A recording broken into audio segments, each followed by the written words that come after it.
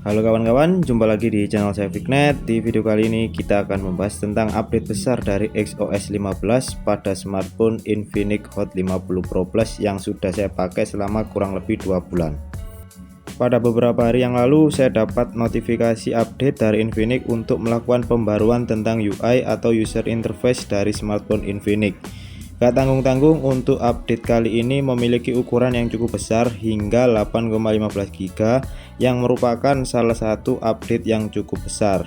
Lantas dengan file update sebesar itu, apa saja fitur-fitur yang dibawa dan bagaimana user experience-nya ketimbang versi XOS sebelumnya? Apakah layak untuk diupdate? Simak video ini baik-baik ya, akan kita kulik satu persatu. Pada update XOS 15 ini yang perlu kalian ketahui adalah update dari versi Android-nya, dimana sebelumnya pada XOS 14 masih menggunakan Android 14, sedangkan di XOS 15 ini kita sudah bisa merasakan versi Android 15 atau yang lebih fresh tentunya. Baik, yang pertama kita akan membahas tentang sistem UI-nya atau antarmukanya terlebih dahulu. Di sini untuk tampilannya berubah jadi lebih clean dan lebih simple. Terlihat dari font yang digunakan juga berbeda. Dari notification center sekarang lebih besar, jadi kita bisa lebih banyak untuk melihat notifikasi dalam satu layar penuh. Di sebelahnya ada tata letak action tool, dirubah menjadi lebih simple dan lebih dinamis. Untuk segi icon di status barnya seperti baterai dan Bluetooth juga dirubah dengan lebih simple dan juga lebih minimalis. Hal ini juga merujuk pada tampilan visual charging yang berubah. Oh ya, untuk folder icon aplikasi yang ada di beranda sekarang bisa diatur besar kecilnya, sekaligus kita dapat memberikan warna pada folder-folder tersebut. Kedua, dari segi fitur. Nah, untuk fitur ini mungkin ada beberapa fitur yang belum saya coba semua, akan tetapi ada beberapa fitur yang saya rasakan sehingga saya dapat memberikan experience untuk kalian. Salah satu fitur tersebut antara lain adalah live caption. Jika kalian sedang menonton video, kalian bisa menekan tombol volume dan nanti akan menemukan sebuah icon untuk mengaktifkan subtitle. Fitur ini sangat berguna untuk kita apabila sedang menonton video yang dimana di dalam video tersebut tidak ada subtitlenya. Meskipun demikian, masih banyak yang perlu dibenahi dari fitur ini karena masih belum bisa dikatakan sempurna. Namun ini hanya masalah waktu saja, mungkin di update kedepannya fitur ini akan lebih dimaksimalkan kembali sehingga benar-benar berguna ketika kita sedang menonton video dengan berbagai macam bahasa. Untuk yang berikutnya ada di bagian Infinix AI. Di sini kita akan menjelaskan tentang beberapa fitur baru yang ada di Volax. Salah satu yang cukup membantu adalah kita dapat meringkas artikel atau tulisan dengan cepat.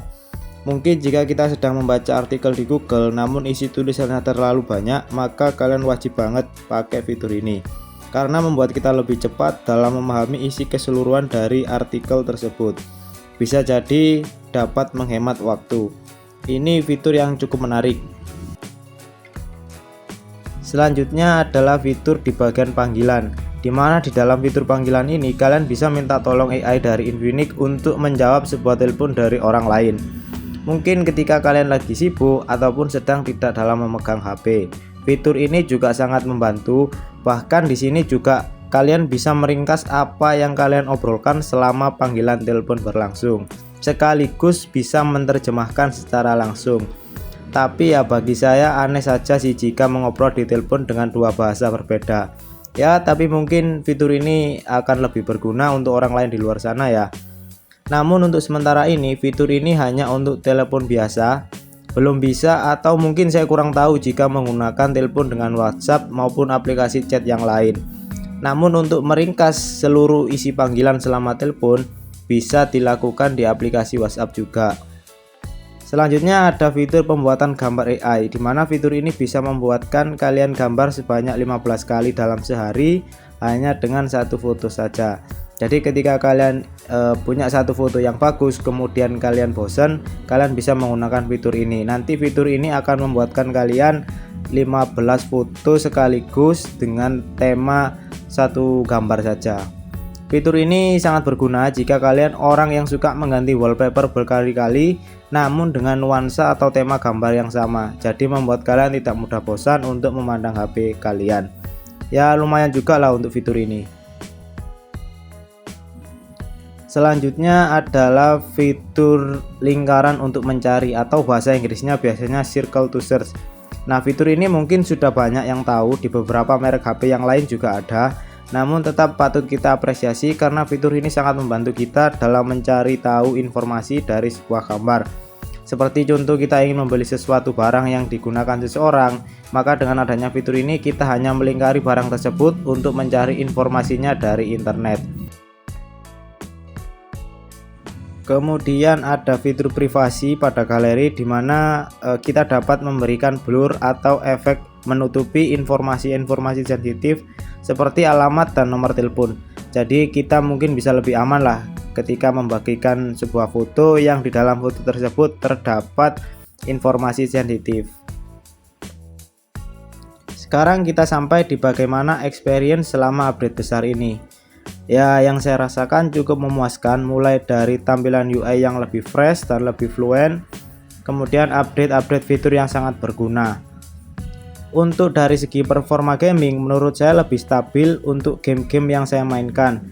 Di sini saya lebih sering untuk main game Mobile Legends ketika kumpul sama teman-teman, dan juga game-game simulator balapan santai seperti Car Parking Multiplayer 2. Untuk game-game lainnya seperti PUBG, Genshin Impact, atau yang lainnya saya tidak bisa menyimpulkan karena saya tidak memainkan game-game tersebut selain dua game ini. Nah, untuk suhunya gimana bang? Jujur selama update ini suhu HP agak hangat dari biasanya ya. Memang saya tidak bisa memberikan informasi secara akurat karena saya tidak punya alat pengukur suhu. Jadi saya hanya mengandalkan feeling saja, sehingga kalian tidak dapat menjadikan ini sebagai patokan. Namun dengan adanya kestabilan di game, saya rasa suhu yang sedikit hangat ini tidak begitu mengganggu karena saya sendiri juga bukan gamer yang main game hingga berjam-jam lamanya. Lagi pula jika HP saya sudah mulai kerasa hangat, biasanya saya langsung menggunakan kipas pendingin HP atau cooler.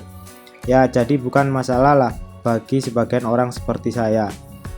Kemudian untuk baterai sendiri kurang lebih sama, saya memainkan Mobile Legends selama 2 match kurang lebih 35 menit menggunakan grafik tinggi, berkurang hanya 12% saja.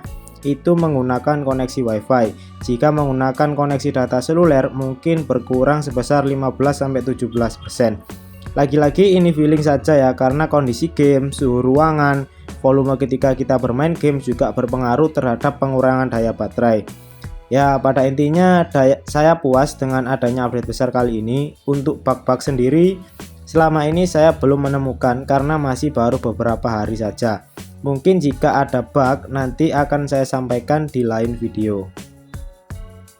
Mungkin hanya itu beberapa fitur yang dapat saya kupas karena fitur-fitur tersebut merupakan fitur major yang saya rasakan dalam first impression saya selama memakai XOS 15. Mungkin ada beberapa fitur yang terlewat dan tidak sempat saya bahas di video kali ini.